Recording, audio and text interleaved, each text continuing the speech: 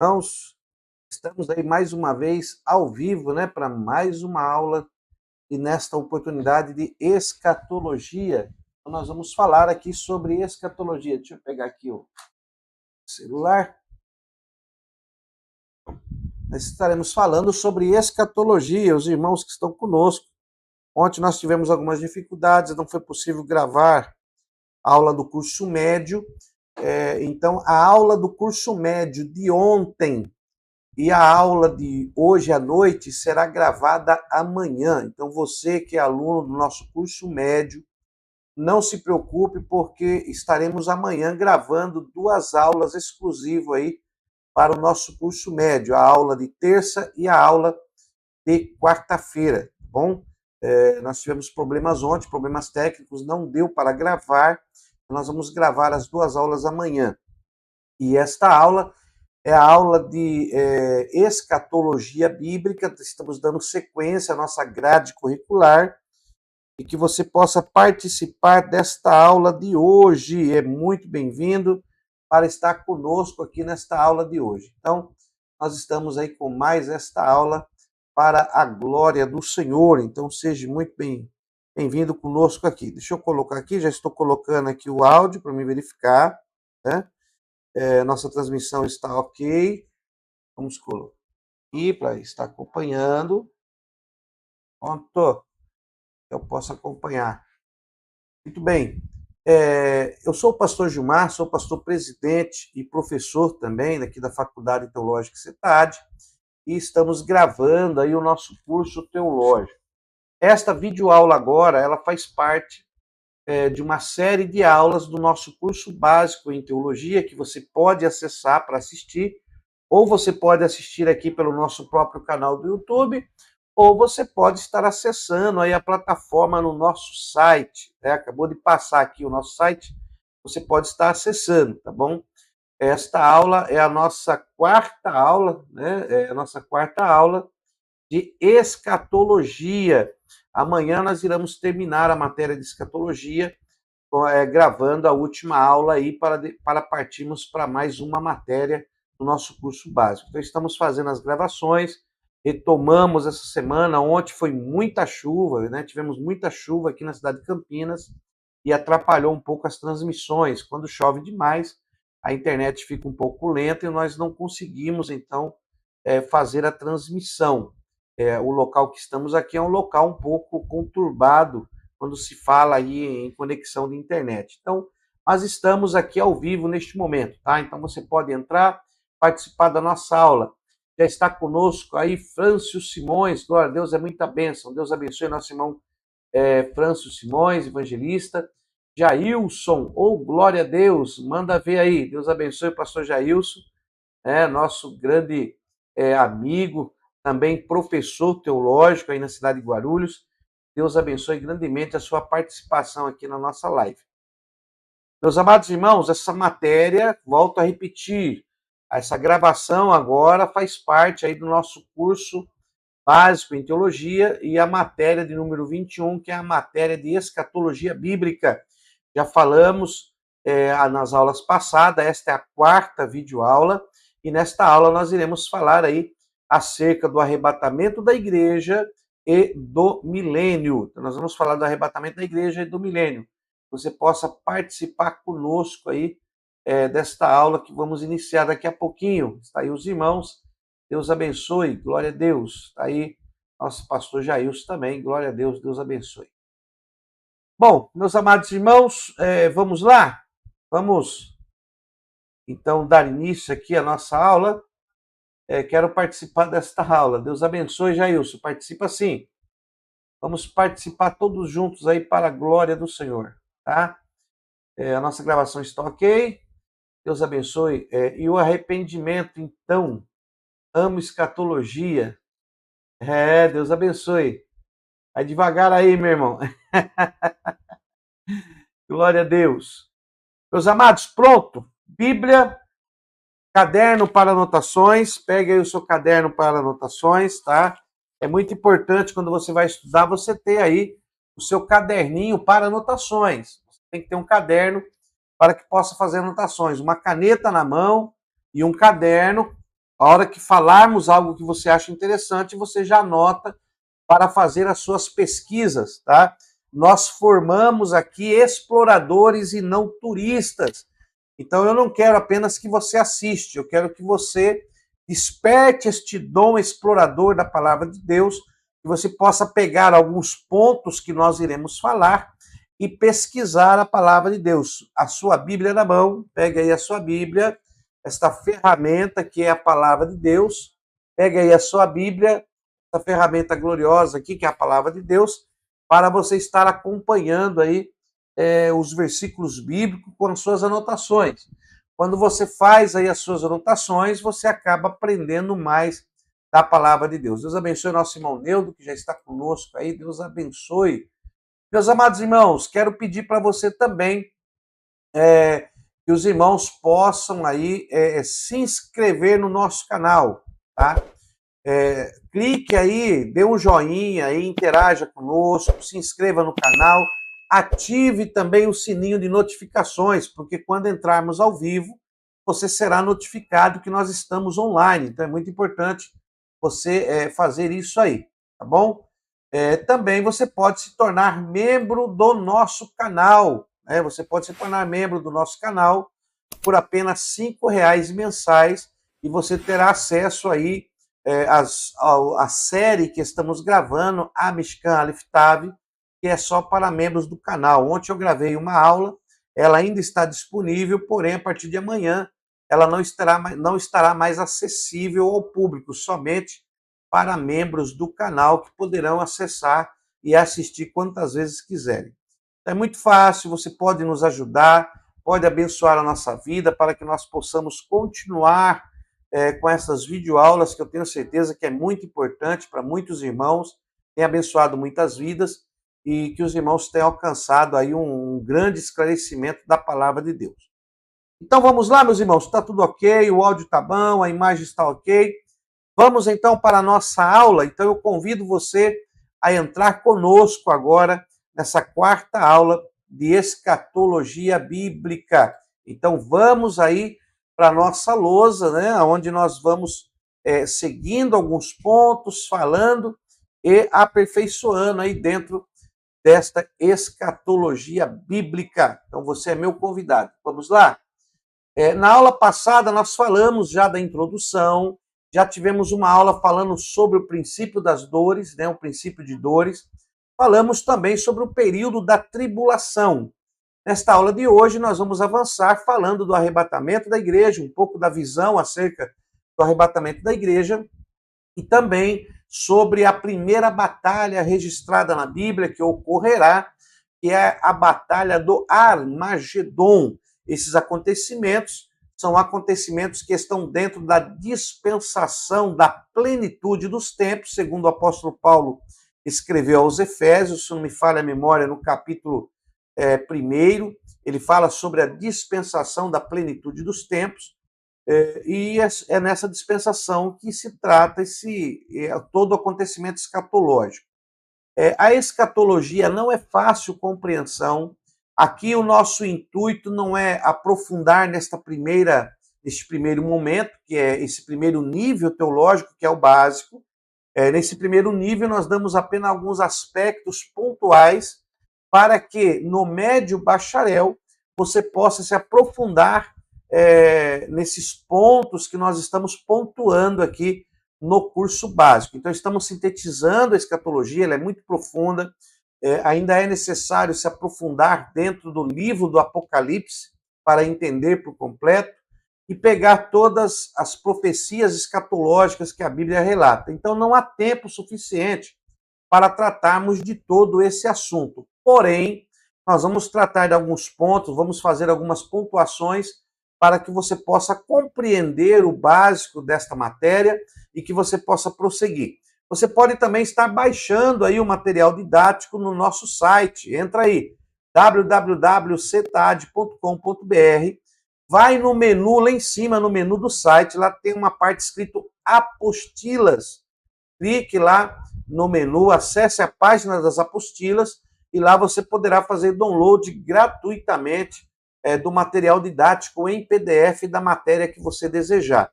Então entre lá no nosso site, nos conheça melhor. Qualquer dúvida, faça contato com a secretaria. Se você não faz parte do nosso grupo de alunos no Telegram, tá? Pastor, mas não tem WhatsApp? Não, não temos WhatsApp, porque o WhatsApp não suporta a quantidade de alunos momentaneamente juntos, tá? Nós estamos com mais de 500 alunos no curso básico, no grupo, então nós estamos no Telegram, que suporta todos os alunos e até muito mais. Então, solicite a secretaria, faça contato com a secretaria, solicite lá esse acesso ao Telegram e a nossa secretária Eliane, está aí o número aparecendo, vai mandar para você o link para você participar aí do grupo de alunos do Telegram, tá bom? Marca aí, dê o like, isso, muito obrigado, Evangelista Frâncio, obrigado pelo seu like aí. Irmãos, deixa o seu like, você que está assistindo, você que entrou agora, você que está assistindo depois, não tem problema, deixa o seu like, é muito importante para que o YouTube nos impulsione aí, que nós possamos crescer junto com você cada dia mais, aprendendo a palavra de Deus, tá bem? Então vamos lá, meus irmãos, vamos entrar aqui? Então vamos entrar aqui, nós vamos falar sobre o arrebatamento. Na aula passada, nós falamos acerca desta semana profética, tá? Nós falamos da semana profética, que é de 7 anos. Nós já falamos sobre isso aí na aula passada. Está dividido em 2 períodos. Um período de 3 anos e meio e outro período de 3 anos e meio. Então, que totaliza aí os 7 anos, que é a última semana da profecia que está registrado lá no livro de Daniel. Então, lá no livro de Daniel, tem lá esta profecia que nós já vimos, e há uma questão sobre o arrebatamento da igreja, tá? Então, nós vamos falar um pouco sobre o arrebatamento da igreja, porque há uma questão sobre esse arrebatamento. Existe aí os pré-tribulacionistas, os mid-tribulacionistas e os pós-tribulacionistas. Simplificando, o que significa isso? Ora, os pré-tribulacionistas dizem que o arrebatamento da igreja será antes. Os mid-tribulacionistas dizem que o arrebatamento da igreja será no meio da grande tribulação. E outros dizem que o arrebatamento da igreja será depois da tribulação. Quando eu falo a tribulação, quando eu falar tribulação, estou me referindo no aspecto dos 7 anos, tá? E 7 anos está dividido no primeiro período de falsa paz e o segundo período, que é a grande tribulação propriamente dita. Todos os acontecimentos ali que estão registrados em Apocalipse, se não me falha a memória, do capítulo 4 até o capítulo 9 de Apocalipse, fala desses acontecimentos aí que vão acontecer. Eu acredito que seja até o capítulo 9. Eu não estou bem lembrado, daqui a pouco nós vamos ver um pouco melhor. Pronto, deixa eu pegar minha Bíblia aqui. Deixa eu ver aqui na minha Bíblia, que a nossa Bíblia não mente, né? Então vamos lá. Esse período dos acontecimentos da grande tribulação, ela retrata o período dos acontecimentos a partir aqui do capítulo 5 de Apocalipse, né? No capítulo 4 é a visão que João tem. Então, no capítulo 5, anota aí que não está aqui, hein? Anota aí. Do capítulo 4, você pode incluir o capítulo 4, que é a introdução dos acontecimentos. Então, coloca aí. Capítulo 4, o capítulo 5, capítulo 6, 7, 8, o capítulo 9, tá? Até o capítulo 9, capítulo 10, capítulo 11, nós temos aí os acontecimentos que acontecerão o Apocalipse. Então, vai do capítulo 5 aqui até o capítulo 19.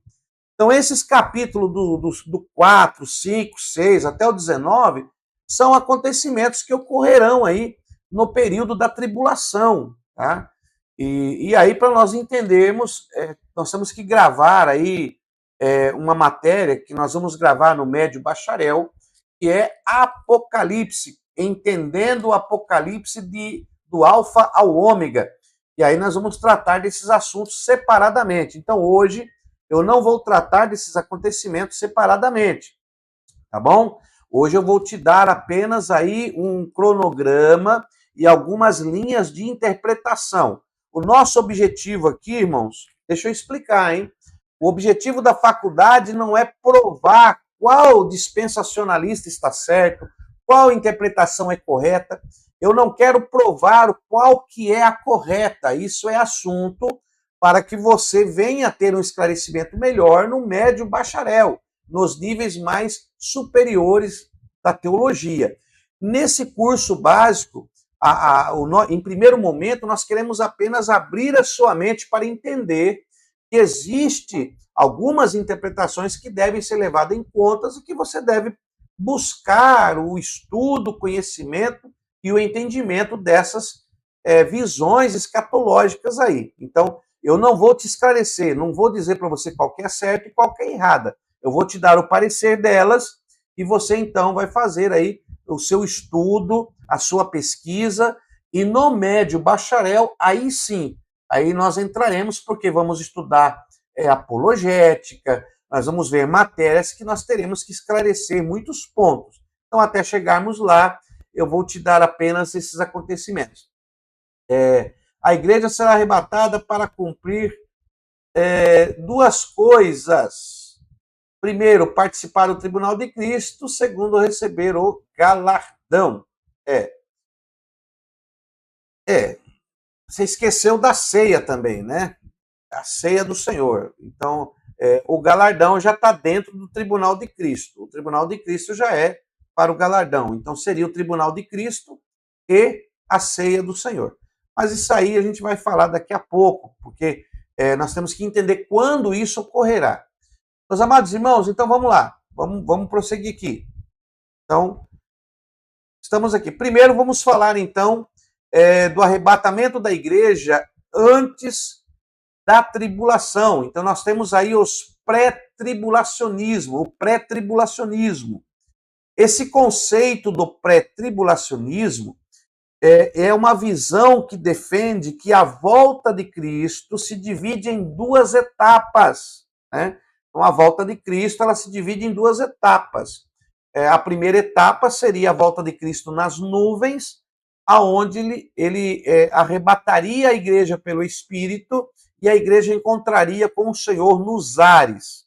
E aí a segunda etapa, quando ele virá no final da tribulação, que é onde está registrada a batalha do Armagedon. Então ele fala sobre esses dois conceitos. A primeira, secretamente, para buscar a igreja. E a segunda, visível a todos após o período da tribulação. Então, o pré-tribulacionismo, ele defende essa visão. Não, a igreja, ela vai ser arrebatada secretamente antes da tribulação. E a segunda manifestação de Cristo será visível após a tribulação. Então, nós teremos aí duas visões. A volta de Cristo tem duas etapas. Uma primeira antes da tribulação, onde somente a igreja verá, somente a igreja encontrará com Jesus nas nuvens, e a segunda após a tribulação, onde todo olho o verá. Então, terá essas duas etapas. Essa é o que defende a visão do pré-tribulacionismo. Então, temos aí, por conta desse arrebatamento secreto, que essa posição é chamada de pré-tribulacionismo. Então, é por causa desse arrebatamento secreto. Então, pré-tribulacionismo, a igreja vai antes. Tudo bem até aí? Depois nós temos também aí que mais uma definição, né? Geralmente existe uma completa distinção entre a igreja e Israel. Então, o pré-tribulacionismo, ele coloca essa distinção entre a igreja e Israel. Os pré-tribulacionistas dizem que, basicamente, Jesus veio para os judeus, porém os judeus o rejeitaram, e então ele suspendeu temporariamente seus planos para Israel.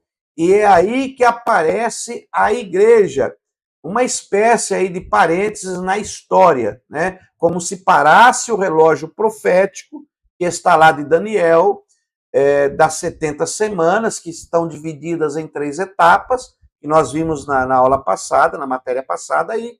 Então é como se houvesse uma parada do relógio profético para agora o acontecimento da igreja, e de após esses acontecimentos da igreja, esse relógio profético voltaria a andar, dando sequência à tribulação que foi profetizada para a nação de Israel. Para Israel. Então, tendo essa em vista que é defendida esse pré-tribulacionismo aí. Como existe essa distinção entre os dois povos, Israel e igreja, a igreja não tem relação com o tratado de Deus a respeito de Israel. Então, ela não poderá estar na terra neste momento, que é uma visão defendida pelos pré-tribulacionistas. Tá? Então, se a igreja, se ela não tem relação com Israel, e a profecia de Daniel é para Israel, então não tem motivo da igreja passar pela tribulação, que ela não passaria, mas seria poupada. Né? Alguns versículos dizem que ela seria poupada desses acontecimentos. Olha aí o nosso irmão Valdeci nos ajudando aí, eu vou até colocar aqui a mensagem dele.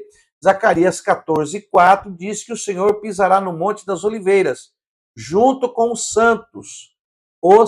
São a igreja que foi arrebatada. Isso mesmo, pastor Gilmar. Muito obrigado, Valdeci, de citar aí Zacarias, uma boa citação. Então temos aí, né, se Jesus vai pisar no Monte das Oliveiras, na sua vinda visível, então, se ele vai pisar o Monte das Oliveiras e os santos estarão com ele, se esses santos são a igreja, então haverá realmente um arrebatamento. Agora, há duas interpretações da igreja ser poupada aí da tribulação, eu tenho que falar isso. Há uma visão aí que diz que a igreja será preservada no deserto, mesmo aqui na terra, mas que o Senhor, o nosso Deus, vai preservar a igreja e ela não passará por esses acontecimentos. Porém, nós sabemos que a tribulação é algo como nunca aconteceu na terra e ela vai atingir toda a terra, né? Toda a terra vai ser atingida por esses acontecimentos. Não vai haver lugar para que possa alguém se esconder, porque um terço da terra será devastada, um terço dos povos serão mortos, vai haver catástrofes que vão realmente afligir a terra. Então, aí o conceito do arrebatamento ele é um pouco melhor aceito pelos acadêmicos. Mas vamos seguir aí. Volto a repetir, não queremos provar qual que é certo ou errado.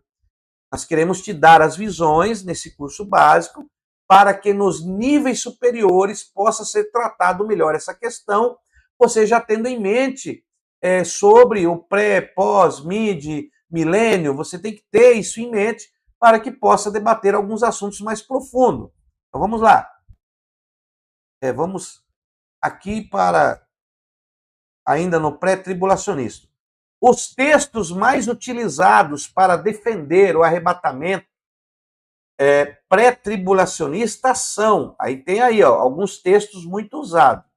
Romanos 8:1, 1 Coríntios 15:51, 1 Tessalonicense 1:10, 4:17, 5:9, Apocalipse 3:10 e algumas passagens que corroboram para uma interpretação e um conceito desse arrebatamento, que é o que o nosso irmão acabou de citar, nosso irmão Valdeci, Zacarias 14:4, não só Zacarias 14:4, mas também algumas passagens que dá a entender, nos trazem um entendimento que a igreja será preservada por Cristo como casamento do noivo que veio buscar a noiva, senão não terá sentido o noivo vir buscar a noiva se a noiva vai passar por todas as dificuldades sem o noivo. Então, algumas passagens corroboram com isso. Tá? Mas existe também, nós vamos mais a fundo aqui, Outro argumento muito usado é que após o capítulo 3, quando você lê lá Apocalipse, depois do capítulo 3, a palavra igreja não é mais encontrada no livro de Apocalipse. Então você lê Apocalipse capítulo 1, capítulo 2, capítulo 3, você vai encontrar as cartas às igrejas. Só que depois do capítulo 3, não é encontrada mais a palavra igreja. Ela só volta a aparecer, ela só é encontrada no final do livro, né? Ela só aparece no final do livro do Apocalipse. E dentro desta linha de interpretação, então, que durante este período de grande tribulação, a igreja estará no céu participando das bodas do Cordeiro. Então, entende-se que como essa palavra igreja, ela some após o capítulo 3 e só vai aparecer no final do Apocalipse, então que esse período dos acontecimentos da tribulação, que a igreja estaria, então, participando aí das bodas do Cordeiro. O nosso irmão já está conosco também. Boa noite, a paz a todos. Como posso fazer todo esse estudo desde o início? Amém. Nosso irmão Rogério. Irmão Rogério, faça contato com a nossa secretaria, tá? A nossa secretária vai te passar as instruções para que você possa, através do nosso site, acessar lá a área do aluno e fazer todas as aulas, todas as matérias. Aqui no canal do YouTube também nós temos em formato playlist. Matéria 1, matéria 2, matéria 3, tudo em formato playlist. Você pode fazer pelo YouTube e poderá, então, no site, puxar as provas, que tem todo no site, e puxar todo o material em PDF para você acompanhar as aulas também no site. Deus abençoe a sua vida. Creio na palavra, creio no arrebatamento da igreja. Rodrigo, Deus abençoe, irmão Rodrigo. Nós também cremos no nome do Senhor Jesus. Deus irá nos preservar, sim. Então, vamos lá. Então, este é o pré-tribulacionismo. Nós falamos esse conceito de interpretação bíblica que a igreja não passará pela tribulação, os pré-tribulacionistas. Mas nós temos também a igreja dos mid ou mesotribulacionismo, né? O mid ou mesotribulacionismo, uns falam meso, outros falam mid. Mas a palavra mid é meio. Então temos aí no meio da tribulação. Então temos aí essa interpretação, este conceito. O mid-tribulacionismo, ele defende que a igreja será arrebatada no meio da tribulação. Esse sistema tem muita similaridade com o pré-tribulacionismo, tá? É feita uma interpretação quase igual aos pré-tribulacionistas, acredita no arrebatamento da igreja, eles usam os textos, porém, ele se diferencia do pré-tribulacionista por causa da ideia que o arrebatamento acontecerá quando os 3 anos e meio da falsa paz terminar. Deixa eu ficar mais um pouco no cantinho. Então, tem essa ideia quando a falsa paz terminar. Então, olha, o que vai acontecer? A igreja vai ser arrebatada, então a visão continua a mesma. Todos creem no arrebatamento da igreja. Só que para eles, a igreja vai ser arrebatada no meio, que é quando o iníquo se revelará, né? Quando então o diabo vai tomar aí o corpo do anticristo e vai realmente se revelar, se rebeliar, quando ele vai então querer colocar uma estátua de adoração lá em Jerusalém, e ele vai se revelar contra Jerusalém. Então nós temos aí essa visão dos mid-tribulacionistas, tá? Temos aí essa visão. Vamos continuar um pouquinho mais aqui. Existem os que defendem que a grande tribulação não terá necessariamente 7 anos de duração.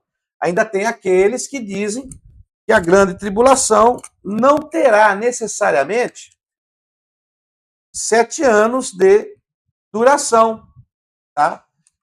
Vamos lá. A principal defesa dos midi-tribulacionistas, que acreditam que a igreja vai ser arrebatada no meio, a principal defesa deles é uma cronologia dada em 2 Tessalonicenses, capítulo 2, 1, 3, onde o anticristo parece ser revelado antes do arrebatamento da igreja. Então, enquanto o anticristo não for revelado, a igreja não será arrebatada. Então, a base deles para o arrebatamento da igreja no meio da tribulação seria esta passagem bíblica,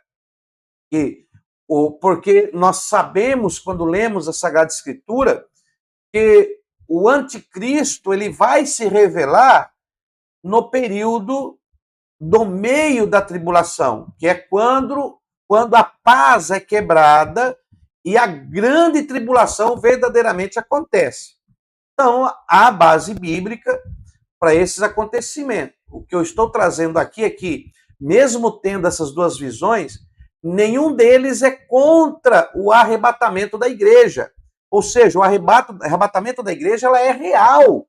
Ou se ela será antes da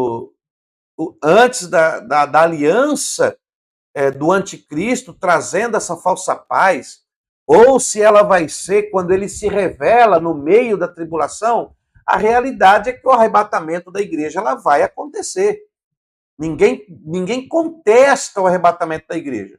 Agora, como volto a dizer, em médio bacharel, nós iremos nos aprofundar mais nos textos bíblicos, fazendo uma análise exegética, analisando exegeticamente no grego, a parousia, a vinda visível. Então, isso será analisado mais criticamente, usando uma crítica textual um pouco mais aprofundada. Não é agora o momento de fazermos isso. Então, nesse curso básico, o momento é colocar na sua mente os acontecimentos em ordem para que você possa, então, se aprofundar de uma maneira correta cronologicamente. Tem muitas pessoas que ainda não conseguem colocar esses acontecimentos de uma forma cronológica, mais entendível, mais compreensível. E é isso que eu quero fazer nesse primeiro momento, tá bom? Então, continue conosco nos níveis mais aprofundados. Então, vamos lá. Vamos prosseguir aqui. Além de uma combinação entre a trombeta de 1 aos Coríntios, capítulo 15, 52, com a trombeta de Apocalipse 11, 15, que devem ser analisadas. Então, os midi-tribulacionistas se apoiam nesses acontecimentos para tirar o conceito desse resgate da igreja, desse translade da igreja no período do meio da grande tribulação, no meio dos 7 anos aí, tá ok? Nessa teoria faria com que as pessoas soubessem quando seria o arrebatamento. De certa forma, o irmão estaria certo, aí seria fácil, né? Seria fácil porque se eles vão estar sabendo quando vai acontecer, seria mais fácil então se preparar, né? Então, são conceitos que é como eu falei, estou só colocando aqui em primeiro ponto para que os irmãos possam se tornar pensante. Eu mesmo não compartilho desse pensamento, mas eu tenho que passar, porque nós não podemos ser parciais, nós temos que ser imparciais. E eu tenho que mostrar para vocês toda a ramificação e toda essa interpretação bíblica que tem para que você possa se aprofundar mais nestas áreas. Então, esse é o alvo da faculdade. Não é colocar na sua mente o que é certo e o que é errado, mas abrir a sua mente para o entendimento das Escrituras. Amém? Então, vamos continuar mais um pouco aqui. Vamos, então, para a outra linha de compreensão, que são aí os pós-tribulacionistas. Olha aí, o pós-tribulacionismo. Eles não concordam com os midi-tribulacionistas, que a igreja vai ser arrebatada no meio, quando o iníquo se revela, né, como foi falado, e também não concordam que a igreja vai ser arrebatada antes da tribulação, mas sim que vai haver o arrebatamento, porém, após a tribulação. E aí entra a interpretação que alguns dizem que a igreja vai ser preservada na terra. Né? Se utilizam até da passagem dos acontecimentos de Noé. Noé foi salvo do dilúvio, mas ainda na terra. Então, que desta mesma maneira, porque como Jesus disse que assim como foi nos dias de Noé, assim também será, então faz uma interpretação que a igreja vai ser preservada, ela vai ser salva, sim, do período da tribulação, porém, aqui na terra. São conceitos, né? Aí você tire as suas conclusões, nós vamos aprofundar um pouco mais. Vamos lá.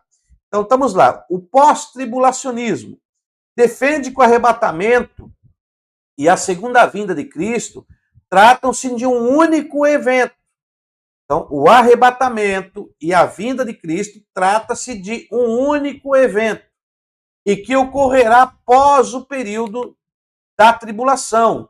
Nessa interpretação, a igreja passará pela tribulação, que não precisa ser necessariamente um período de 7 anos, mas que nesse período da tribulação, que ela não vai ser arrebatada, mas será preservada na terra este período da tribulação. Também o pós-tribulacionista, os principais argumentos dos pós-tribulacionistas se baseiam aí em alguns aspectos que vamos ver agora.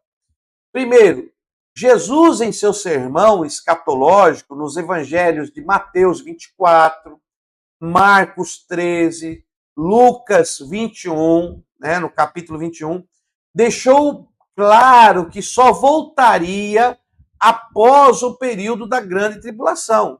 Então, que Jesus deveria deixou bem claro, eles alegam, que Jesus deixou bem claro aí nas passagens escritas pelos evangelistas, que ele só voltaria após o período da tribulação.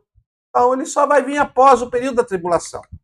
Outro aspecto, outro argumento que eles se baseiam, está aí em 2 Tessalonicenses, capítulo 2, 3, onde o apóstolo afirma que antes de Cristo voltar, o anticristo se manifestará. Então, eles acabam concordando com os midi-tribulacionistas, que o anticristo há de se manifestar, mas que somente após essa manifestação que Cristo vai voltar. Então, se Cristo vai voltar só após, eles não separam essa volta invisível da volta visível. Essa volta nas nuvens e a volta lá no Monte das Oliveiras. Então, eles não separam isso, tá? Tratam isso como se fosse uma coisa só. Então, esse é o conceito dos pós-tribulacionistas aí, que às vezes deixam algumas observações que devem ser feitas, que às vezes ficam sem explicações. Mas se apoiam nesse conceito. Vamos prosseguir aqui mais um pouquinho. Também lá na segunda carta de Pedro, no capítulo 3, o apóstolo Pedro também descreve a vinda de Cristo como um evento único. Então, eles pegam a passagem de Pedro para dizer lá que ele descreve o evento da vinda de Jesus como um único evento, não como duas vindas, que não tem duas vindas, que a vinda de Jesus é uma só. E se ele vai vir após a tribulação para salvar Israel, porque no período da tribulação, o anticristo ele vai se aliar a Israel, né? Ele vai se aliar a Israel lá. O anticristo tem o falso profeta, vão fazer aliança com muitos. Só que no período no período do meio da tribulação, de 3 anos e meio, ele então vai romper a paz, é onde ele vai querer colocar uma estátua de adoração a ele lá em Jerusalém, vai arrumar um atrito com Israel e aí entrarão em guerras. Acontecerá todos os acontecimentos da grande tribulação, que está lá em Apocalipse, do capítulo 6 até o capítulo 19, todos aqueles acontecimentos. E aí sim, no final, ele reuniria todos os exércitos, os reinos, né, para poder atacar Jerusalém. E nesse momento aconteceria a vinda de Jesus para salvar Israel.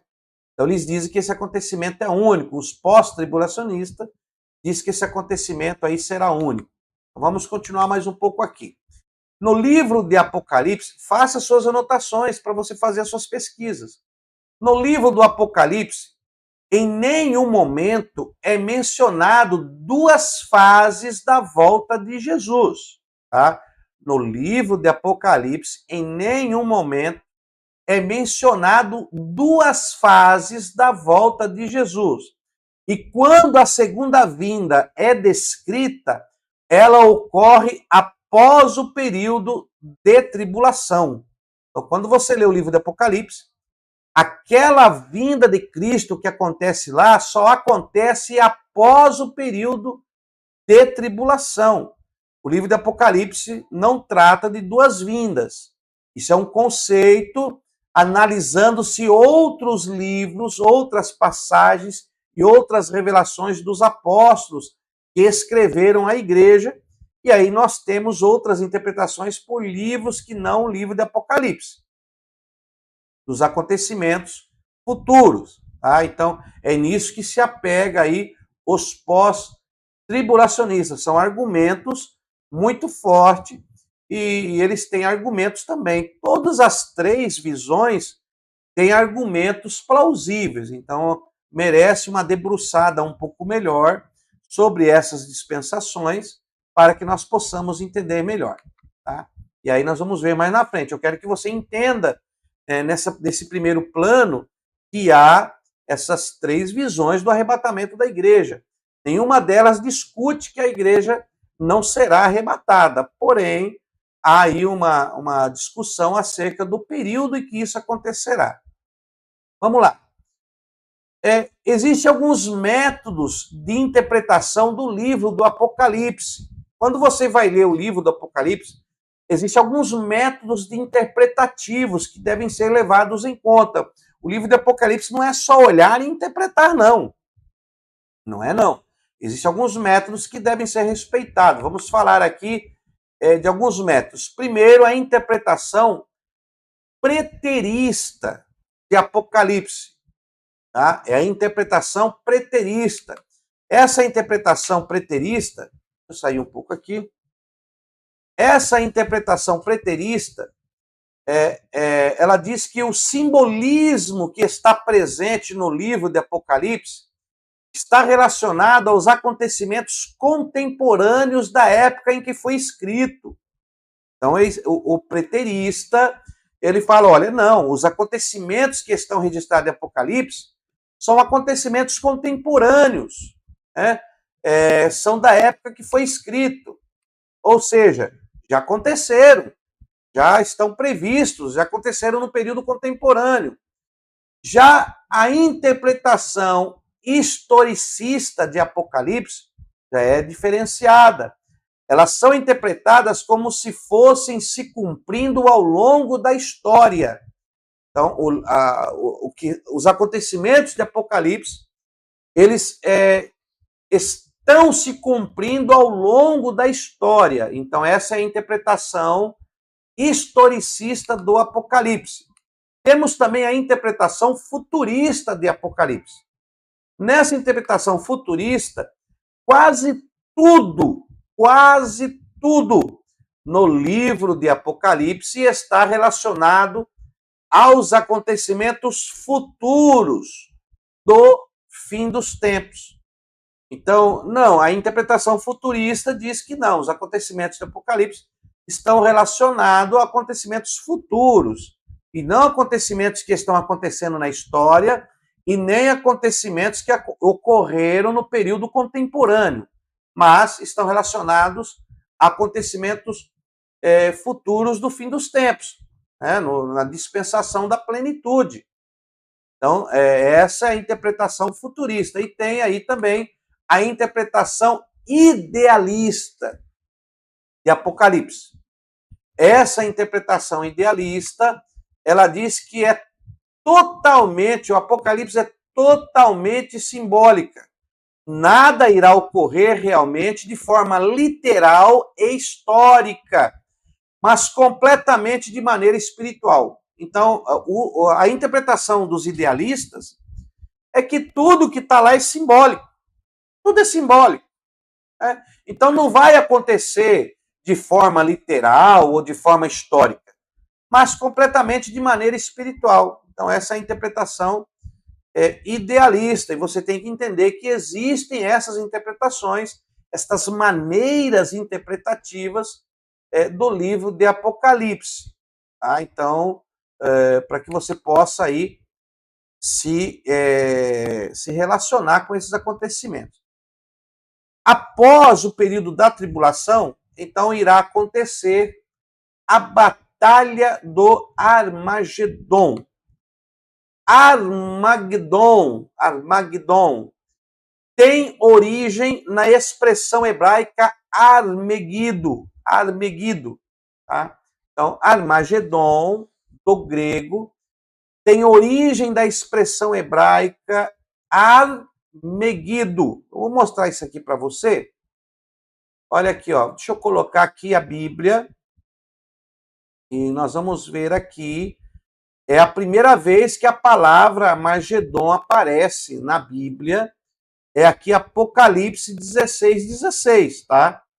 Então, se você procurar a palavra Armagedon, você vai encontrar aqui em Apocalipse 16:16. Então, aqui nós temos a Bíblia transliterada em português, com as palavras relacionadas do grego, e aqui nós temos a Bíblia em grego, para fazermos a interpretação. Então, nós temos aqui, ó, então, os ajuntaram no lugar que em hebraico se chama Armagedon. Então, essa palavra Armagedon, ela é tirada do nome hebraico, tá? Aí eu coloquei aqui, ó, porque ela aparece aqui no grego. Ela aparece aqui no grego. Acho que é essa daqui, ó, Armagedon. Caleu. Aqui, ela tá aqui. Desculpa. Olha aqui ela, Armagedon. Escreve ela junta, né? Armagedon, parece que é uma palavra só, porém não é uma palavra só. É Armagedon, tá? Então temos aqui, ó, olha aqui, ó. No grego aqui nós temos ele tem duas aspas separando. Armagedon, ó. Margedon, né? Armagedon. Então nós temos aqui, ó, de origem hebraica, Armagedon. Olha aí. Aqui, ó. Então são duas palavras. A palavra Ar e Megidon. Ar e Megidon. São duas palavras que formam, que significa Armagedon, a colina ou cidade de Megido. Agora, esse lugar desse acontecimento não é um simples lugar. Deixa eu ficar mais aqui agora. Não é um simples lugar. É um lugar em que tem aí, realmente é um lugar preparado que há de acontecer algo espetacular, que é essa Batalha do Armagedon. Já vamos falar daqui a pouco, mas deixa eu falar para você aqui um pouco sobre Armagedon, né? Armagedon. Às vezes nós vemos no português e não vemos a grandeza do significado no hebraico. Então, no hebraico é Armagedon. Então, vamos colocar aqui, ó. Eu coloquei a lousa aqui, ó. Então, é aqui, ó. Eu uso a palavra, a letra rei, tá? Então, nós temos aqui a letra rei e a letra resh, que é para ar. E aí temos a letra men, a letra gimel, letra dalet, ó, letra dalet. Vamos por aqui. Letra vav, com um degesh, né, com o degesh para se tornar o. E aí temos a letra nun sofit. Então temos aqui ar, ó, se nós fôssemos traduzir aqui, ar, deixa eu colocar aqui os nekudot, fica mais fácil. Temos aqui o tsere, temos aqui o irik, e temos aqui o patar. Então fica Armegidon. Armegidon. Tá? O que significa Armegidon? Ar aqui, você já viu lá, né? Ar significa colina. Então nós temos aqui, olha, colina, né? Colina ou cidade. Pode ser colina ou cidade. Colina ou cidade. Nós temos aqui. Então, isso aqui é o que representa essa parte aqui, ó, tá? Ar. Colina ou cidade. Às vezes pode ser vale também. Às vezes pode fazer uma interpretação como vale, tá? Então, eu estou dando aqui a tradução da palavra. E Megidon, né? Megidon, Megido, é Megido mesmo. Então, seria colina ou cidade de Megido. Agora, então nós temos esses dois significados: colina ou cidade de Megido. Essa seria a tradução, a transliteração é Armagedon. Essa seria a transliteração. Porém, quando eu digo para os irmãos estudar o hebraico, e eu tenho que dar essa passada para você entender como o hebraico é rico, existe a interpretação pictográfica do hebraico. Deixa eu colocar melhor aqui, poder escrever melhor. Então, eu tenho também que eu posso fazer uma interpretação aqui pictográfica desta palavra Armagedon ou Armagedon. Nós temos aqui a pictografia. Então temos aqui a letra rei, tá? A letra rei é essa primeira letra aqui, ó. Letra rei. Essa letra rei, ela significa janela. A letra rei é janela. Seria aquele que olha para outro ambiente. Só que essa letra rei, ela também aponta para o sopro, para o hálito, o sopro de Deus. Essa letra rei faz parte também do tetagrama de Adonai. Ela também aponta para o Criador de todas as coisas. Então, quando nós olhamos para a letra rei, nós vemos aqui o mover de Deus, o sopro de Deus, uma essência de Deus sendo aplicada. Essa letra Resh, que ela dá o sinal, a conotação de R, né, para ficar ar. Então nós temos aqui o sopro. Aretaresh é a letra que significa príncipe, príncipe, o cabeça, o primeiro. Então o que nós temos aqui nessa palavra ar? Pictograficamente nós temos aqui o sopro de Deus como príncipe. O sopro de Deus como príncipe na colina, na cidade. Então nós temos aqui Armagedon, Armagedon, que é a colina do acontecimento da batalha. Então nessa colina, o seu nome no hebraico também pictograficamente representa o sopro, o acontecimento do príncipe. E quem é que vai guerrear lá no Armagedon?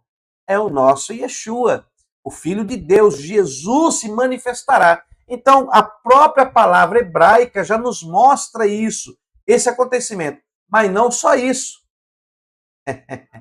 A palavra, as letras hebraicas, elas possuem um valor numérico, onde nós podemos tirar uma raiz guimátrica.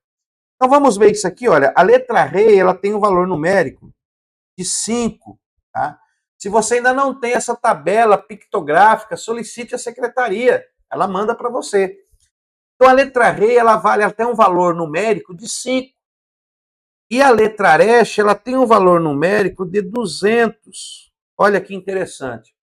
Para nós vermos a guimátria do nome, nós somamos as letras. Então, 200 mais 5 vai dar 205. Não existe letra hebraica com valor numérico de 205. Quando não se tem letra hebraica com valor numérico 205, nós somamos os números. Então, somamos 2 mais 0 mais 5. 2 mais 0 é 2, mais 5 é 7. Então, opa, apaguei foi tudo aqui. Olha, bati o dedo aqui, apaguei tudo. Apaguei tudo aqui. Ah, tem que começar tudo de novo. Meu Deus. Então nós temos aqui o 7, ó. Temos aqui o 7. Eu apaguei aqui tudo. Então, essa aqui é a letra AR, ó, letra AR, tá? Vou fazer rapidinho aqui. Então temos aqui o 5, temos aqui o 200, somamos 205, somamos, vai dar 7. A letra 7, ela significa, no alfabeto hebraico, ela representa a letra Zain. A letra Zain é a letra do Espírito. Olha aí. Então nós temos aqui o sopro, temos o agir de Deus com o príncipe pelo poder do Espírito, ó, que é o ar, que é colina. Colina, né? Colina, cidade, que é em Megido. Estamos falando de Megido, né? Armagedon. Aí temos aqui a letra Men, vou fazer aqui rapidinho. Letra Gimel, letra Dalit, a letra Vav e a letra Nun Sofit. Então nós temos aqui Megidon. Ó, vou colocar aqui o Nekudot. Vou colocar aqui o Tsere e vou colocar aqui o Irik, para você saber.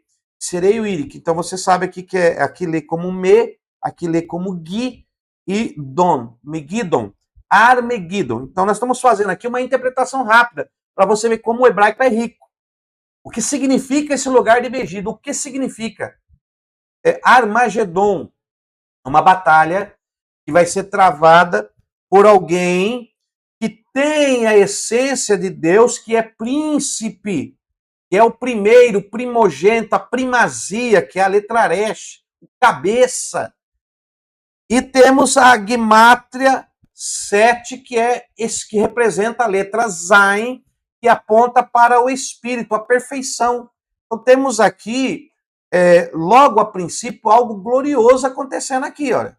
Então aqui nós já vemos isso acontecendo, né? Deixa eu colocar aqui de pé, pronto, aí não corre o risco de eu colocar. Então nós temos aqui algo acontecendo. Agora, Megidon, o pastor, o que é Megidon? Acompanha aí, eu vou fazer para você.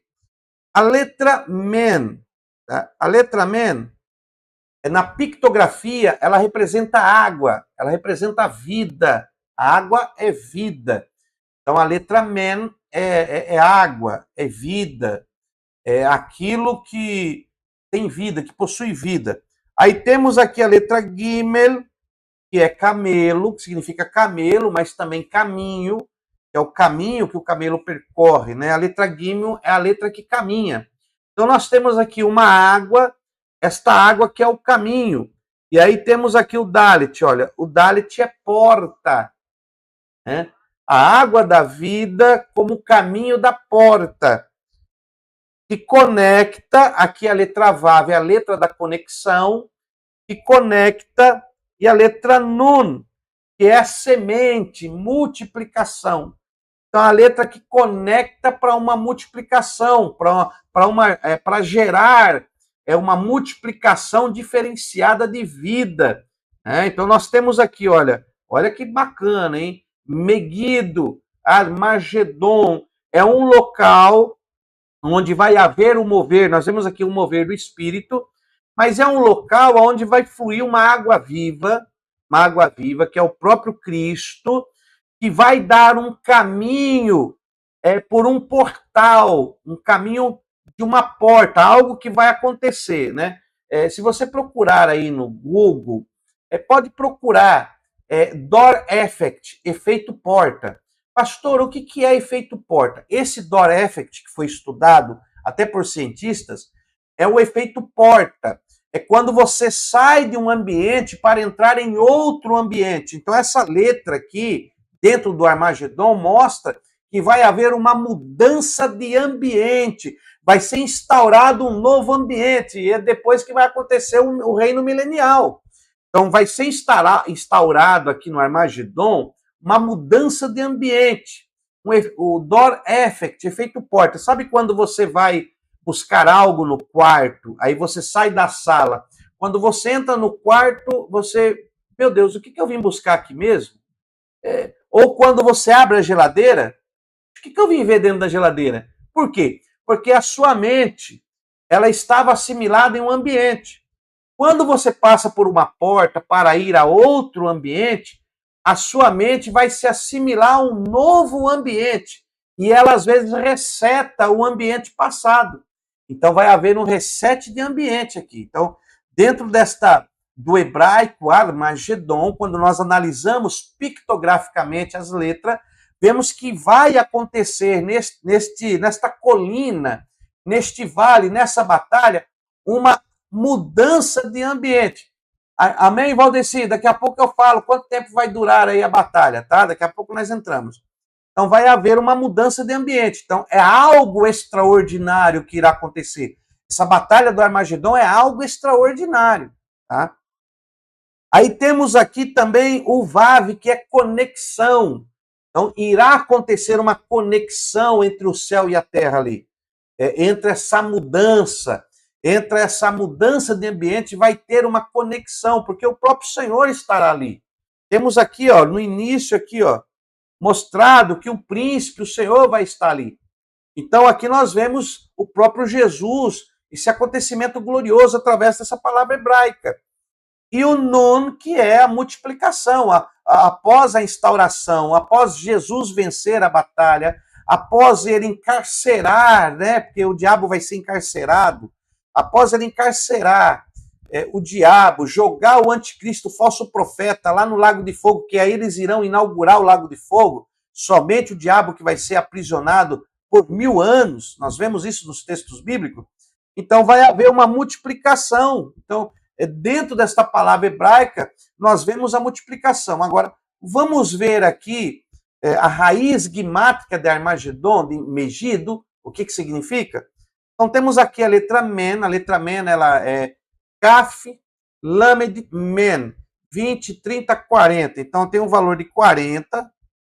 Temos a letra Gimel, que tem o valor aqui de 3, o valor numérico de 3. A letra Dalit tem um valor numérico de 4. A letra Vav tem um valor numérico de 6. Vou fazer aqui o 6. Dá para entender? Dá. Deixa eu voltar aqui, né? Vou fazer bem direitinho aqui. Tem um valor de 6. E aqui a letra Nun, né? A letra Nun, ela tem um valor de 50, é isso? Kaf, Lam, Men, Nun. 20, 30, 40, 50. Tem um valor de 50. Então vamos pôr 50 aqui, ó. Então vamos somar agora os valores numéricos da letra Megido para ver o que Megido tem. Já sabemos que o vale vai haver uma manifestação espiritual, porque a raiz guimátrica é 7. Vamos ver a raiz guimátrica de Megido, se esse hebraico, essa língua gloriosa nos revela algo de Deus aqui. Então vamos lá.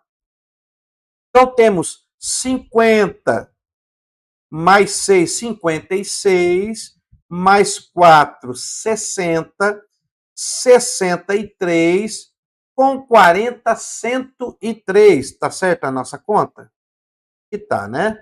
50, 54, 60, 40, 100. Peraí. 50, 60, 100, 103. Isso, muito bem. Não temos no Aleph-Bet, no alfabeto hebraico, nenhuma letra correspondente com o número 103. Quando não temos, nós somamos. Então, 1 mais 0 é 1, mais 3 é igual a 4. Olha aqui, ó. A letra 4 no hebraico representa a letra Dalit. Aleph, Beit, Gimel, Dalit. 4. Aleph, Beit, Gimel, Dalit. Então temos aqui o 4, a letra Dalit. Então temos aqui a letra Dalit. E a letra Dalit representa a porta. É o que nós estamos falando. Então esse Dalit aqui no meio de Megido, ele é muito forte. Realmente Megido vai ser um acontecimento que vai abrir uma porta tanto do natural para o imaterial, ou seja, para o natural, para o sobrenatural. Então, essa batalha de Megido que ocorrerá diante dos olhos de toda a humanidade será algo sobrenatural como nunca visto. Tanto que nós vemos lá em Apocalipse dizendo sobre a palavra de Deus. Olha, eu vou até pegar a Bíblia aqui, eu vou ler para você. Olha o que diz aqui a palavra de Deus em Apocalipse, capítulo 19. Olha, Apocalipse 19 e o versículo 11. E o versículo 11 a seguir. Estamos falando da batalha do Armagedon, Meguido. Anota aí. Olha o que diz aí. Vi o céu aberto e apareceu um cavalo branco. Seu cavaleiro chama-se Fiel e Verdadeiro. E ele julga e peleja com justiça. Os seus olhos é como chama de fogo. Sobre a tua cabeça havia muitos diademas. Ele tinha um nome escrito que ninguém sabia senão ele mesmo. Estava vestido com um manto salpicado de sangue, e sobre o manto pelo qual ele vestia tinha um nome pelo qual se chamava, que é o Verbo de Deus. Versículo 14. Seguiam-no os exércitos que estão no céu, em cavalos brancos, vestidos de linho fino, branco e puro. Da sua boca saiu uma espada afiada para ferir com ela as nações. Ele as regerá com vara de ferro. Ele mesmo é o que pisa o lagar do vinho do furor e a ira de Deus Todo-Poderoso. No manto sobre a sua coxa tem escrito o nome Rei dos Reis e Senhor dos Senhores. E aí Jesus vence a peleja. Então, aqui no versículo 11, no capítulo 10, nós temos aqui a descida, a vinda de Cristo, ele descendo sobre Israel, e nesse Armagedon, que vai ser esse portal, esse acontecimento espiritual revelado pela raiz Zain e adimensional pela porta Dalit. Ou seja, vai acontecer algo como nunca visto. Então, olha como o hebraico nos mostra e revela coisas gloriosas e acontecimentos espetaculares aí. Agora, vamos voltando aqui para mim te mostrar, tá? Deixa eu pôr para cá, deixa eu pôr aqui a nossa lousa virtual para cá. E vamos aqui. Então, olha o que nós temos aqui. Então, nós temos aqui Armagedon, né? Que tem origem da expressão hebraica Armegido. E Megido, Armegido, que tem toda essa revelação espiritual das interpretações hebraicas, pictográfica, guimátrica e também tradutórias. Então, nós temos essa visão. Então, nós conseguimos ver neste vale, este nome Armagedon, Armegido, que algo espetacular vai acontecer aqui. Então, vamos lá. Significa monte de Megido. A palavra Armagedon, ela aparece uma única vez em Apocalipse, capítulo 16, versículo 16. Temos aí ela escrita no grego, Armagedon, e aí no hebraico Armegidon, que nós fizemos aqui na nossa lousa virtual para você poder entender um pouco mais. Armagedon, a colina ou cidade de Megido. Como se sabe, existem diferentes correntes escatológicas. Então, meus irmãos, existem várias correntes escatológicas. Então, nós não podemos definir uma como verdadeira, outra como falsa. Você tem que entender essas correntes de interpretações. Por isso, faz com que haja várias interpretações diferentes. Então, como tem diferentes correntes escatológicas, então tem várias interpretações diferentes. Vamos, sobre esse assunto, não dá para nós falar todas elas. Então, nós vamos só apresentar algumas que talvez seja a mais importante. Então, vamos ver aqui. Exemplo, o pré-milenismo histórico, tem o quando se fala a Batalha do Armagedon, o irmão me perguntou quanto tempo vai durar. Irmão, a Batalha do Armagedon, A Bíblia não diz quanto tempo durará, porém, essa batalha ela vai ser rápida. Por quê?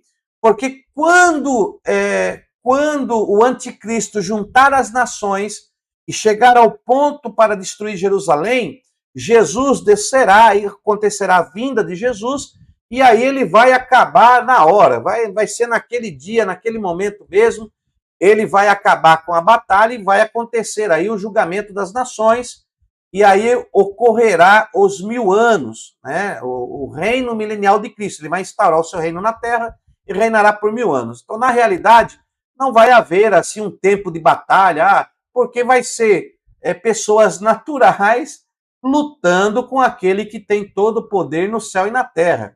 A Bíblia cita que ele vai vencer apenas pelo poder da sua boca, pelo poder da sua palavra. Dá uma lida lá, Apocalipse capítulo 19, tá? Então vamos lá, respondendo aí o nosso irmão Valdeci Vieira, que fez a pergunta aí. Deus abençoe, irmão Valdeci. Então estou respondendo para você aí, tá bom? Então temos aí essas interpretações diferentes acerca do reino milenial. Então tem aí o pré-milenismo histórico. Você viu que nós falamos sobre o pré-tribulacionista, mid-tribulacionista, pós-tribulacionista, também tem as interpretações mileniais aí. Então temos aí o pré-milenismo histórico, que fala que a segunda vinda de Cristo ocorrerá em um único evento após o período da tribulação, e aí então, ou seja, no pré-milenismo histórico, a igreja estará na terra durante esse período da tribulação intensa, correto? Então, não tem lá os pós, então ela vai estar na terra. E ao final desse período, então, ocorrerá a vinda de Jesus. Então, esse pessoal também são aí o pré-milenismo histórico. Aí temos o pré-milenismo dispensacionalismo, olha, pré-milenismo histórico e o pré-milenismo dispensacionalista, que é através da dispensação, desculpa. É que a palavra é um pouco complicada, não é verdade? Então, dispensacionalista. Divide-se esse evento em duas fases distintas. Primeiramente, ocorrerá o arrebatamento da igreja em secreto, a igreja, e juntamente com o surgimento do anticristo. Então, vai ocorrer o arrebatamento da igreja em secreto, juntamente com o surgimento do anticristo. Quando o anticristo surgir, acontece o arrebatamento da igreja em secreto. Tá? Então, vamos lá. No arrebatamento da igreja, ocorrerá apenas a ressurreição dos justos. Essa é a visão do pré-milenismo dispensacionalista, que eu acredito que seja o que a maioria dos evangélicos aí seguem. No arrebatamento da igreja também ocorrerá apenas a ressurreição dos justos, não a ressurreição de todos, a ressurreição dos justos. No período de 7 anos de tribulação, a igreja estará com Cristo no céu. Então aí é a visão que o nosso pastor Jailson chegou a citar aqui nos comentários. Deixa eu ver aqui, olha. Ele chegou a citar aqui nos comentários. Deixa eu ver aqui. Pastor Jailson, aqui, olha aí. A igreja será arrebatada para cumprir duas coisas: o tribunal de Cristo e receber o seu galardão, né? Seria o tribunal de Cristo e a ceia. Tá? Então, ele citou. Então, seria uma visão pré-milenismo dispensacionalista, que crê no arrebatamento da igreja antes da tribulação, e aí no período dos 7 anos da tribulação a igreja não estaria aqui, mas estaria com Cristo no céu nesse período. Seriam dois acontecimentos paralelos. Enquanto aqui na terra está acontecendo a tribulação, a igreja está no céu participando da ceia. Na batalha do Armagedon, a igreja desce junto com Cristo para o reino milenial na terra. Tá? Então, seria mais ou menos esse acontecimento aí do pré-milenismo dispensacionalista. Tem também o pós-milenismo, né? Tem aí a interpretação pós-milenista.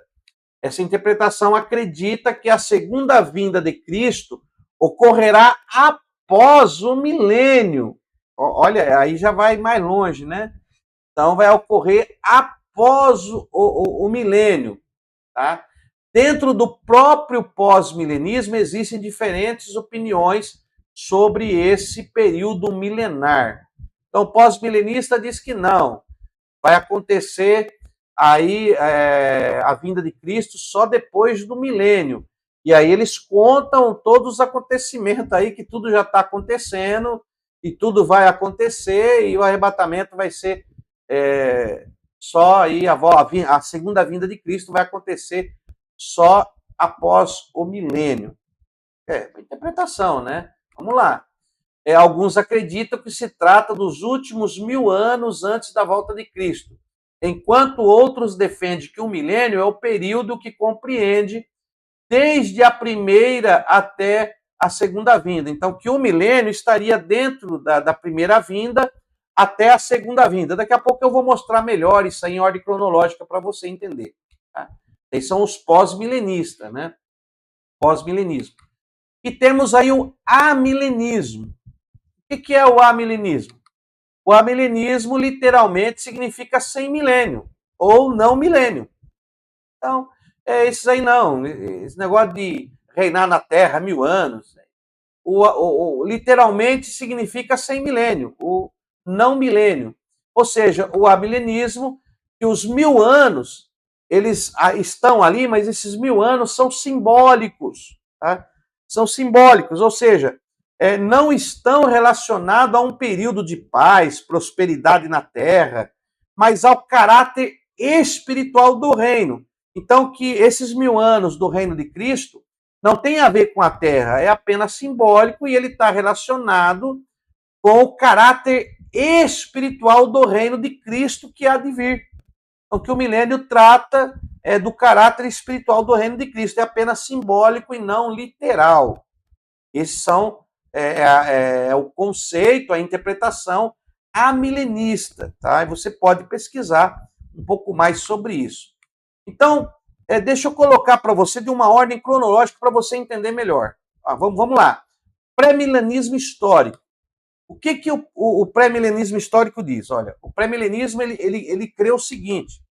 Então, tem a primeira vinda de Jesus, tá? Eu coloquei aqui a primeira vinda, a cruz, e a primeira vinda de Jesus é quando, João 1:1 lá, o verbo se fez carne, né? No princípio era o verbo estava com Deus, o verbo era Deus, e o verbo se fez carne e habitou entre nós. Então, Jesus nasceu, cumpriu o seu ministério e ele morreu na cruz. Então, essa seria a primeira vinda. Todos concordam com isso. Então, todas as interpretações concordam que essa foi a primeira vinda. Tá? Então, o pré-milenismo histórico diz o seguinte, olha, então teve a primeira vinda, aí tem a tribulação, e aí vem a segunda vinda depois da tribulação. Aí, depois da segunda vinda, vem a batalha do Armagedon, e aí há aquele atrito, né, entre as nações e Israel, e aí tem a vinda de Jesus, que está ali em Apocalipse, para defender Israel e instaurar, então, o seu reino milenial. Então, nós temos aí a batalha do Armagedon e o reino milenial. E após o reino milenial, o reino do milênio, isso seria literal, haveria, então, a batalha de Gog e Magog. Então, nós temos aí a batalha do Armagedon, que é antes do milênio, e a batalha de Gog e Magog depois do milênio. Mas, pastor, mas duas batalhas? Sim. Em Apocalipse fala da primeira batalha, aonde Jesus ele vai aprisionar Satanás em uma prisão por 1000 anos. Tá? Então, lá em Apocalipse, no capítulo 19, após a batalha, nós temos esse aprisionamento aí de Satanás por 1000 anos. E depois de 1000 anos, ele vai ser solto. Então, vai ter esse reino milenial literal, sem a interferência de Satanás, porque ele vai ser acorrentado, aprisionado, e depois de 1000 anos ele será solto. E quando ele for solto, ele vai convencer ainda as nações a se juntarem a ele e ir pelejar contra Cristo em Jerusalém, porque ele vai estar reinando em Jerusalém literalmente.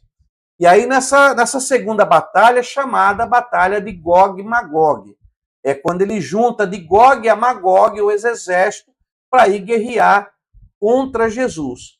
E, logicamente, Jesus vai vencer Satanás, e aí, nesse momento, que Satanás será lançado no lago de fogo, e aí ocorrerá o juízo final. Então, nós temos a ordem cronológica do pré-milenismo histórico. Anota aí. Primeira vinda de Jesus, tribulação, a segunda vinda de Jesus na Batalha do Armagedon. Então, Jesus vai descer ali, a segunda vinda na Batalha do Armagedon, coloca o reino milenial, Batalha de Gog e Magog e juízo final. Então, esse seria a linha dos acontecimentos do pré-milenismo histórico. Mas nós temos também o pré-milenismo dispensacionalista, que eu acho que esse é o que mais se encaixa com a visão evangélica, da maioria dos evangélicos. A maioria que nós cremos é nessa visão do pré-milenismo dispensacionalista.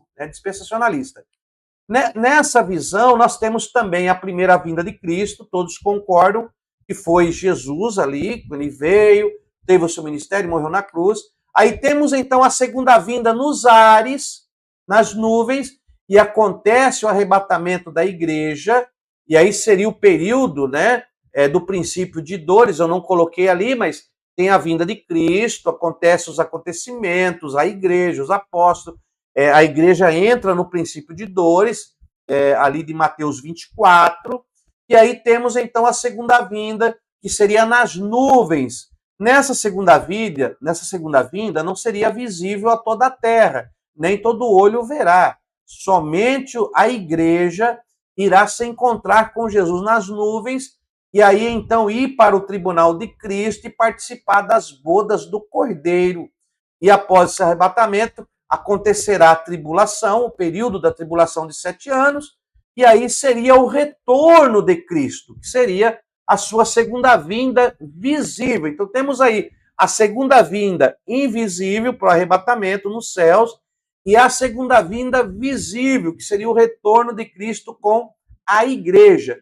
E aí sim, a batalha do Armagedon, a igreja irá participar com Cristo dessa batalha, e aí será instaurado o reino milenial, a batalha de Gog e Magog e o juízo final. Então, perceba que todos eles concordam com os acontecimentos. O que acontece é que alguns acontecimentos mudam de lugar, mas que os acontecimentos são verídicos e hão de acontecer.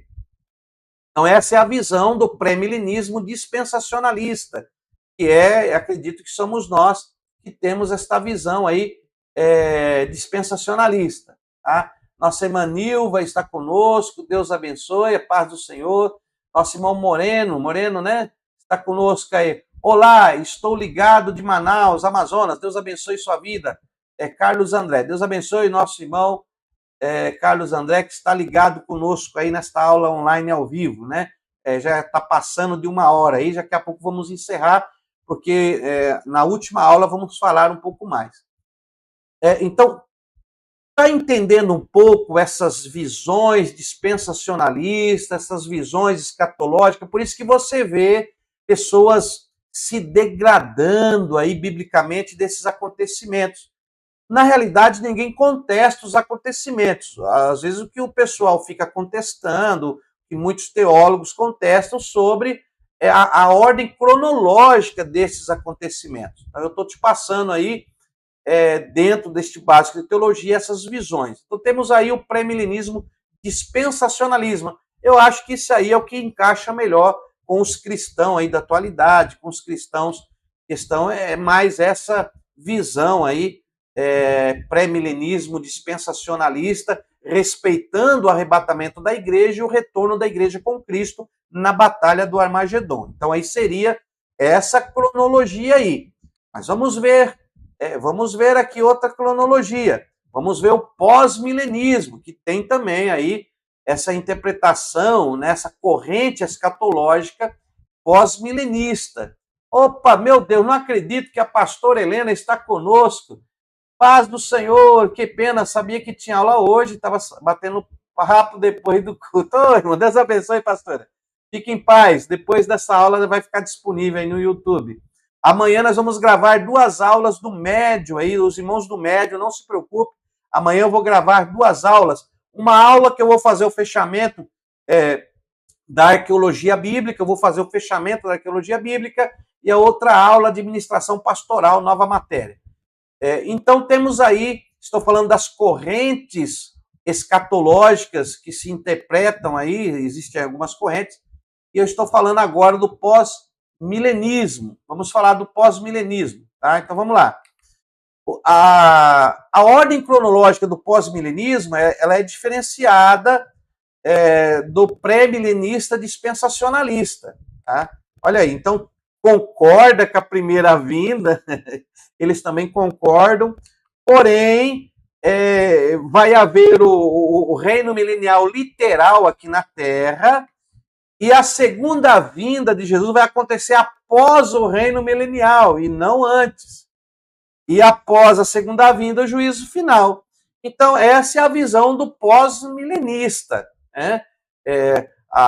O princípio de dores, a tribulação, a batalha do Armagedon, Gog e Magog, está tudo dentro aí desses acontecimentos aí dentro do milênio, mas a segunda vinda só vai acontecer depois do milênio e aí o juízo final, tá? Que não vai acontecer antes. Essa é a visão aí, é uma interpretação, uma corrente interpretativa do pós-milenismo. Você pode se aprofundar um pouco mais dentro dessa corrente, que eu já vejo logo mão aí, você vai achar várias situações difíceis de explicar dentro dessa visão, né?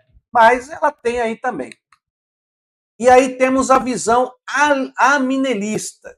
O que é o aminelismo? O aminelismo ele tem a mesma visão, todos começam concordando. A primeira vinda de Jesus aconteceu literal, Jesus veio lá, nasceu, teve o seu ministério, ninguém contesta isso. Só que essa visão diz que o milênio é simbólico. Então, lembra que nós falamos que a visão aí da corrente interpretativa amilenista, ela é simbólica? Então, o milênio é simbólico, o milênio não é real, né? Então, o milênio ele é simbólico, e aí vai acontecer a segunda vinda após esse milênio, e aí o juízo final. Então, todos esses acontecimentos são simbólicos, o milênio é simbólico, o milênio ele está incorporando tudo. Na visão dos amilenistas, o milênio incorpora tribulação, esses acontecimentos, a batalha do Armagedon, o 1000 anos, a batalha de Gog e Magog, isso está tudo dentro dos 1000 anos. Então, o 1000 anos engloba tudo e teve a primeira vinda, o milênio é simbólico, a segunda vinda e juízo final. Essa é a visão aí dos nossos irmãos amilenistas. Okay? Então, aí, você fica aí, nós vamos ficar com esta aula por aqui. Deus abençoe a todos os irmãos aí, poderosamente, tá? Essas são as visões. E na próxima aula nós iremos abordar aí a batalha. Na próxima aula vamos abordar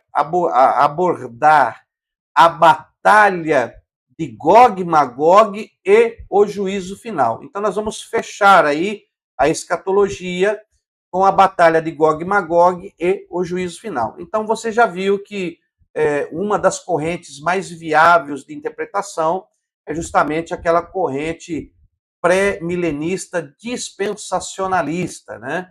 Que já coloca o acontecimento, a primeira vinda do Senhor, a segunda vinda invisível apenas para a igreja, aí vem a tribulação, aí vem a segunda vinda visível sobre a terra para salvar Israel e para batalhar a batalha do Armagedon, onde Jesus vai vencer e instaurar o reino milenial. Após o reino milenial, Satanás ele é solto da prisão, porque na batalha do Armagedon ele é preso, e na batalha de Gog e Magog ele está solto, e ele junta as nações da terra ainda, algumas pessoas, para batalhar contra Cristo. E aí é a batalha de Gog e Magog. Nessa batalha de Gog e Magog, e aí sim Jesus vai vencer a Satanás e vai lançar no lago de fogo juntamente com todos que não aceitaram e não vivenciaram aí a vida com Cristo, vão ser lançados maus no lago de fogo, e ali haverá pranto e ranger de dentes. Vai ter o tribunal de Cristo, não, o trono, né, o juízo final, o trono, né, o grande trono branco. Desculpa, estava querendo lembrar essa palavra. Tem o tribunal de Cristo. Quem vai passar o tribunal de Cristo é a igreja após o arrebatamento da igreja antes da tribulação. Ela será arrebatada, passará pelo tribunal de Cristo, receberá suas coroas, presenteará Cristo, onde as suas obras serão provadas pelo fogo, vão receber as suas coroas, vão ceiar com Cristo e descer para a batalha do Armagedon, aonde descerá com Cristo na sua segunda vinda. E aí ali reinará com Cristo 1000 anos na terra, Satanás será solto, batalha de Gog e Magog e o grande trono branco, o juízo final. Então, na próxima aula, nós vamos falar justamente da batalha de Gog e Magog e o grande trono branco, o juízo final, aonde todos serão julgados, aqueles que chegaram até ali, os que não foram salvos no arrebatamento, os que não foram salvos durante a tribulação e ainda permaneceram, porque muitas pessoas vão chegar até o final de todas as coisas, tá? Vai ter o reino milenial, a vida continua nesse reino milenial, segundo muitas pessoas vão nascer no reino milenial, por isso serão convencidas por Satanás para guerrear a batalha de Gog e Magog, né? Muitas pessoas ainda vão ser ludibriadas porque não conheceram o agir do mal propriamente em suas mentes, então eles vão se convencer a se juntar, a se aliar com Satanás para a segunda batalha de Gog e Magog. Então nós vamos falar sobre isso na nossa próxima aula. Deus abençoe a sua vida e nós vamos nos ver lá. Eu quero agradecer aos irmãos que estão aí, nosso irmão Júlio César, nosso irmão Sandoval, pastor Helena. Deus abençoe vocês poderosamente, a todos que estiveram conosco aí, né? Nossa irmã Nilva Maria, Valdecir, Oséias, Rogério, Rodrigo, Jailson, Frâncio Simões, Neudo, a vocês, meus irmãos, que estiveram conosco aí na aula. Deus os abençoe e nós vemos então na próxima aula. Fiquem com Deus e, como sempre digo, meu irmão, seja um explorador e não somente um turista da palavra. Deus te abençoe grandemente e até a nossa próxima aula.